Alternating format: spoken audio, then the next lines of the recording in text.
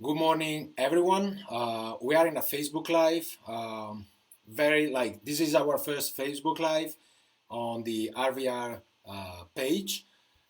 Today we are going to talk about an important topics during the coronavirus emergency. So we're not just to be focused on the transmitter and technical stuff. We're going to talk with the CEO of an important radio in Nigeria, and we're going to discover how they decide to go through educational program during this pandemic emergency. So today with us um, from Nigeria directly, we have Ismail Sani, the CEO of Platinum Radio 91.1 FM. Good morning, Ismail. Yeah, good morning. So thank you for being with us. We are very happy to have you as our first guest in sharing your experience in radio as a CEO and uh, also like the person that decides to turn the radio into educational radio. So where are you based exactly? So our like audience can know very well where are you based, where is your radio, and how old is your radio. Yes, it's my pleasure to be on this program. Like you mentioned, Ismail Sani is my name. I'm the CEO of Platinum Radio. It's Platinum Radio 91.1 FM. It's located in Kefi. Kefi is in Nasarawa State, north central Nigeria. We're just 50 kilometers away from the Federal Capital Territory, Abuja. And our signal covers Nasarawa State down to the Federal Capital Territory and some part of neighboring states, also Kaduna and Plateau states. So you are a regional radio station? No, we are a city-based station. Okay, okay. How many people can reach your signal? Like I mentioned, we cover the entire Nasarawa states and some part of FCT put together. We say a minimum of 5 million listeners. Okay, so it's a kind of like big radio station reaching a lot of people. Yes. Yeah. So it's not big. It's not big in size, but yeah, it's big in quality. Great. How old is the radio? The radio is just 4 years now. Okay. So we know you are using our units, our transmitter. Which is the power of your transmitter? We procured a transmitter from RVR in 2015, and it's a 5 kilowatt transmitter. But based on regulation, we cannot transmit beyond 2 kilowatts. So we transmit at about 1.8. Okay. And it's very, very effective. It's durable. It's rugged. I can say that because we have issues with power outage there. It's always on and off, and I'm sure there are people who use other brands of transmitters, and they've lost their transmitters a long time before now, because anytime there's power outage, it goes off. Notwithstanding that there's an EPS, there's an AVR, it goes off. But in the case of RVR, I can say it anywhere that RVR is durable, it's rugged, it's meant for any kind of condition. The weather condition in Kefi where we are is always very hot. It goes to about between 38 and 42 degrees every day, and the transmitter has been working. It works a long time, and we've never had any issue with transmitter. So the unit is stable, and you're happy about the performance of the unit. So it gives you the ability to be like always over the air with no issues. Yes, it's a reliable transmitter, and I recommend it anytime for anybody who wants something rugged. Thank you so much. Yes, thank you. Do you have like engineering in-house for like maintenance? Yeah, we have maintenance, but maintaining RVR, there's no issue maintaining it. The only thing we do is just to blow it, and since we started using it, it has been perfect. It hasn't given us any problem. Okay. Once you ensure it's the cooling system in the transmitter room is okay, and then you blow it all the time. That You don't have any issue. that's great. Like having I know Nigeria pretty well, so air condition it's one of the most important things in the transmitter Yes, side, and as well yes, maintenance. So yeah. it's good. It's good. Great. I would like to ask you about what kind of program you decide to broadcast during this coronavirus emergency, and how the people is reacting about this change of schedule in your radio. So moving it to educational program, I assume full time or most part of the day. Yes, the situation we found ourselves globally, it's an emergency situation following the outbreak of the COVID-19 pandemic. The best thing one could do, which is the services we render as broadcasters, is an essential service.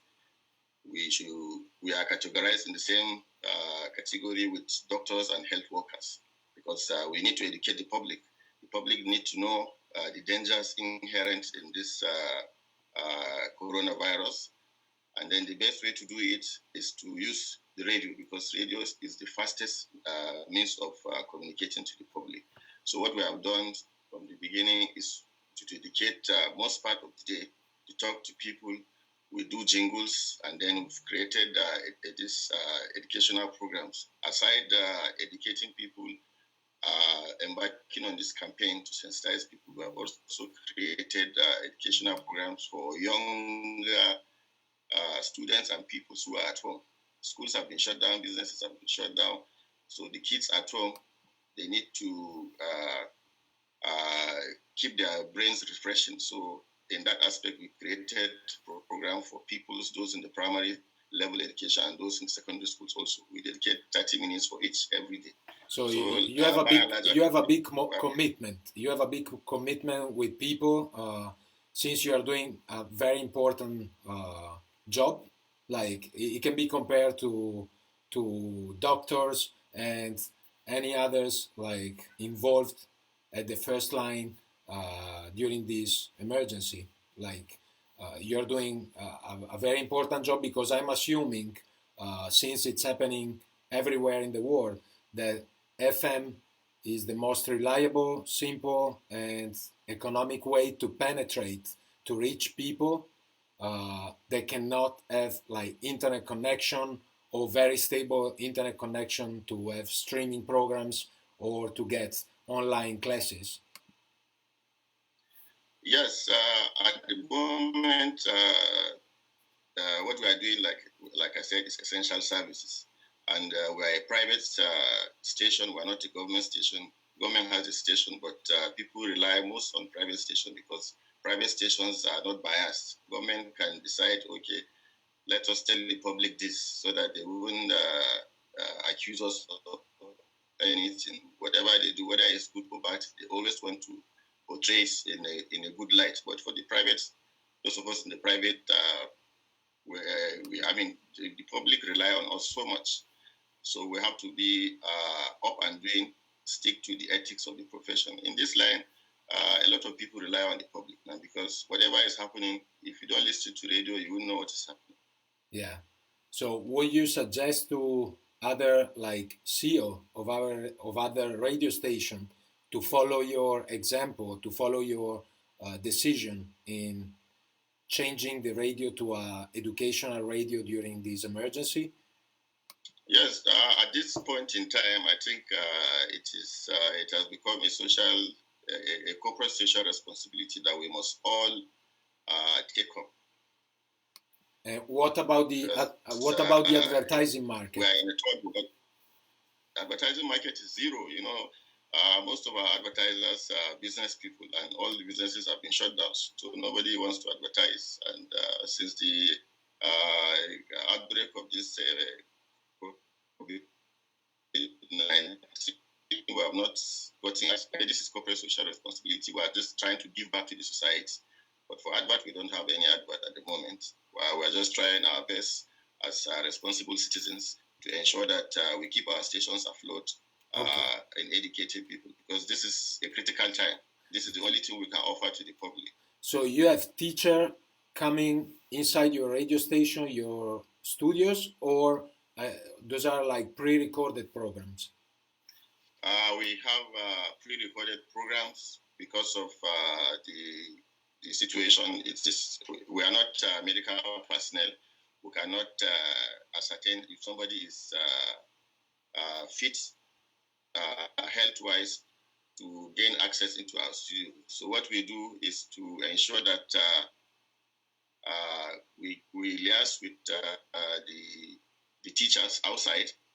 Then we get them to give us a guide, and some of our presenters have been doing wonderfully well.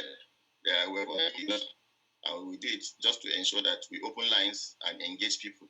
Because what we encourage in our station is the involvement of the general public. You know, there's nothing as good as that.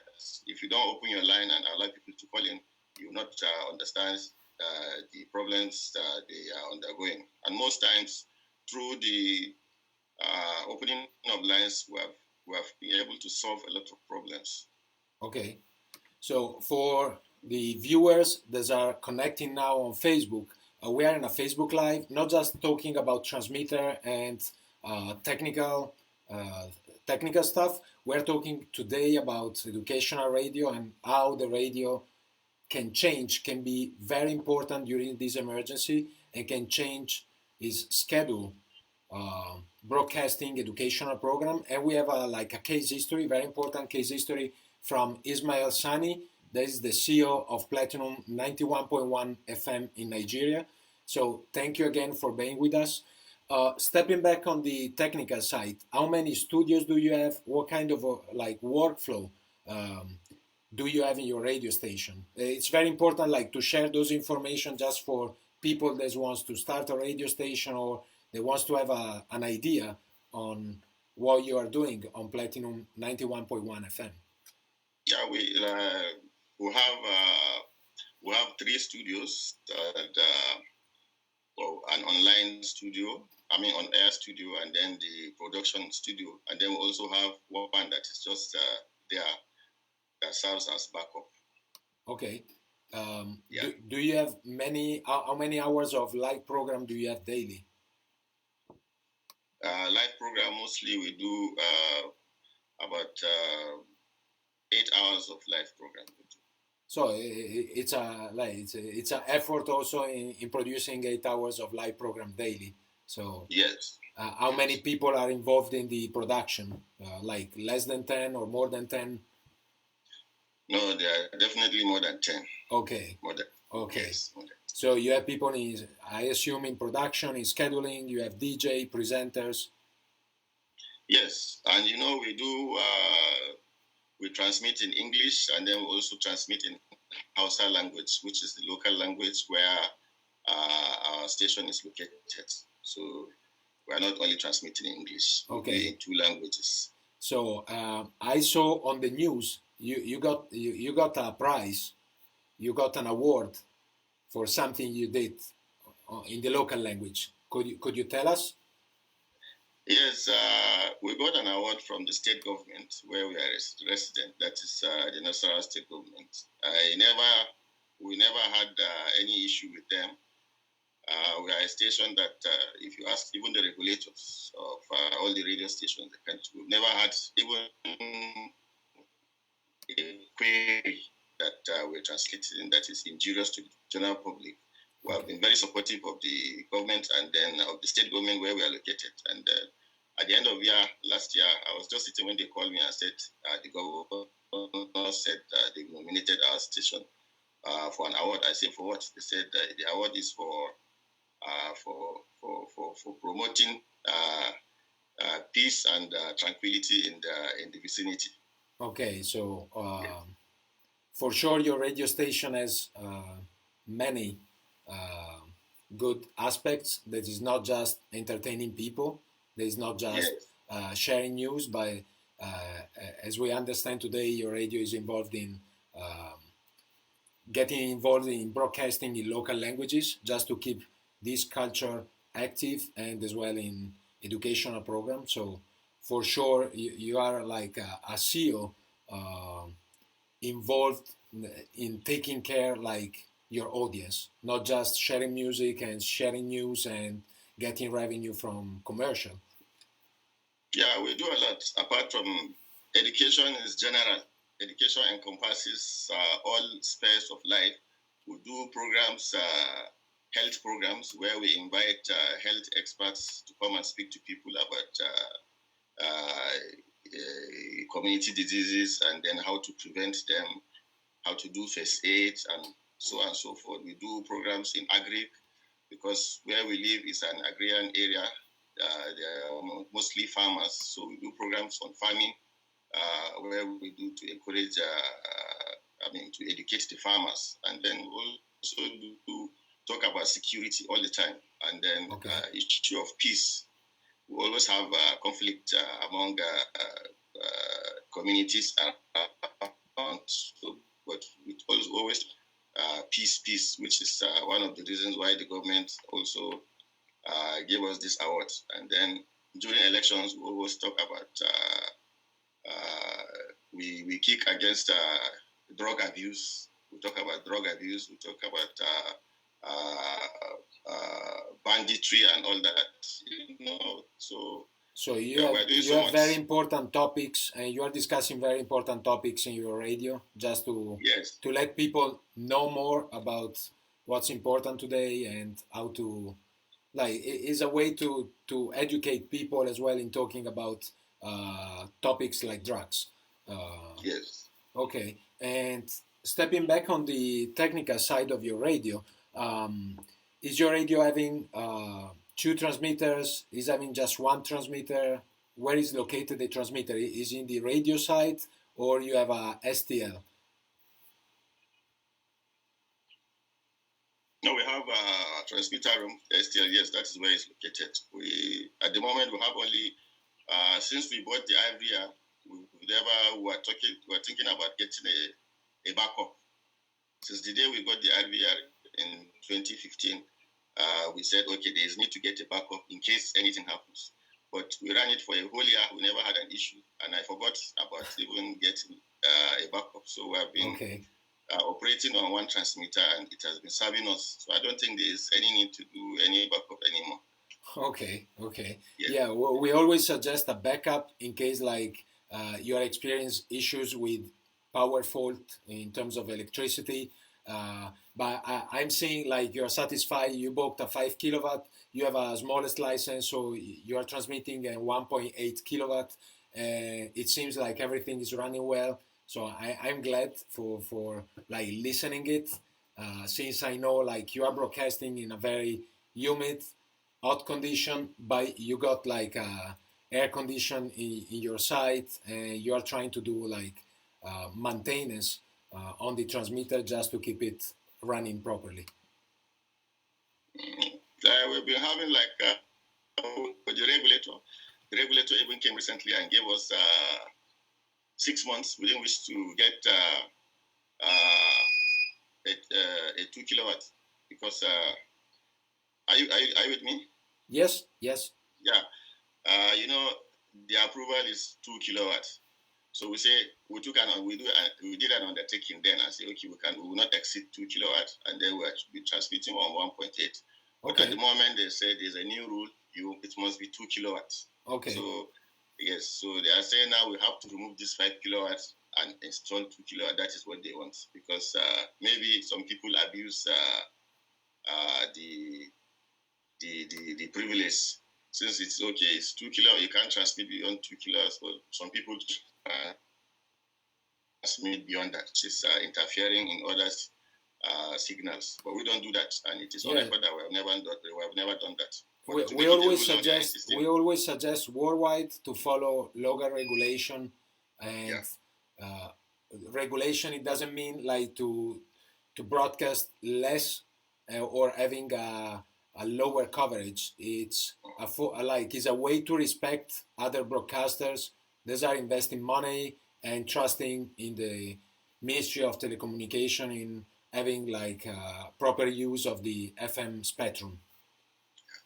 Mm. So as it is now, we are forced now to get a 2 kilowatts. Okay. Okay. Yeah. So we must get a 2 kilowatts to be able to keep operating based on the directive of the regulators, the National Broadcasting Commission. Okay. Which are your plans for the year?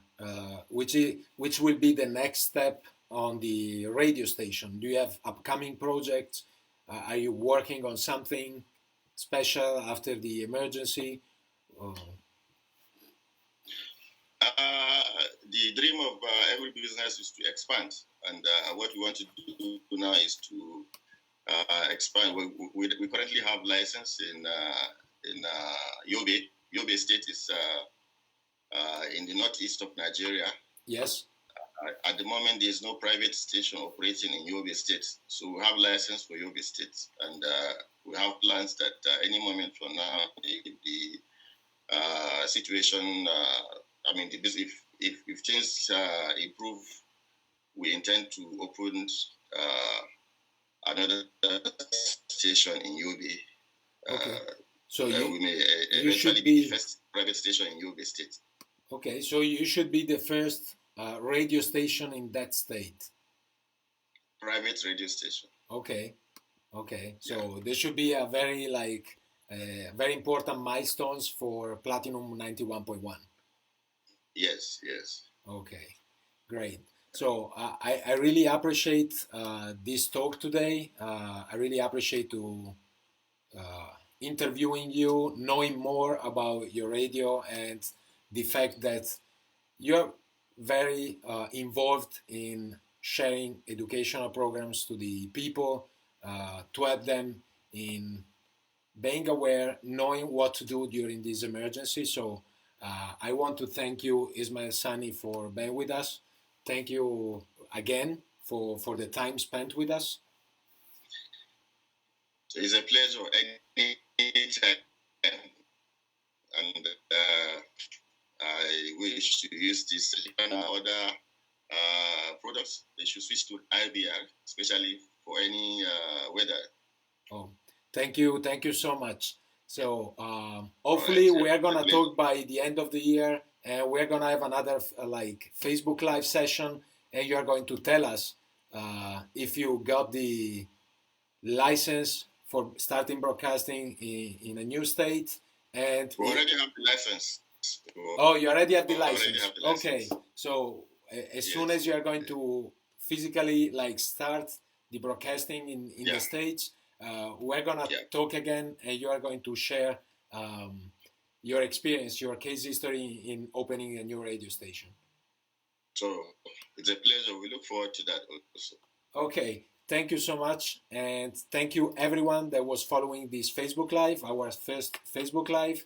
And in the next days and next week, we're going to continue in interviewing people from all around the world, telling us all the experience they are having during this Corona emergency, and as well talking about our transmitter and how they're using it and how they're maintaining them. Thank you so much, and see you on the next live program. Thank you. A pleasure.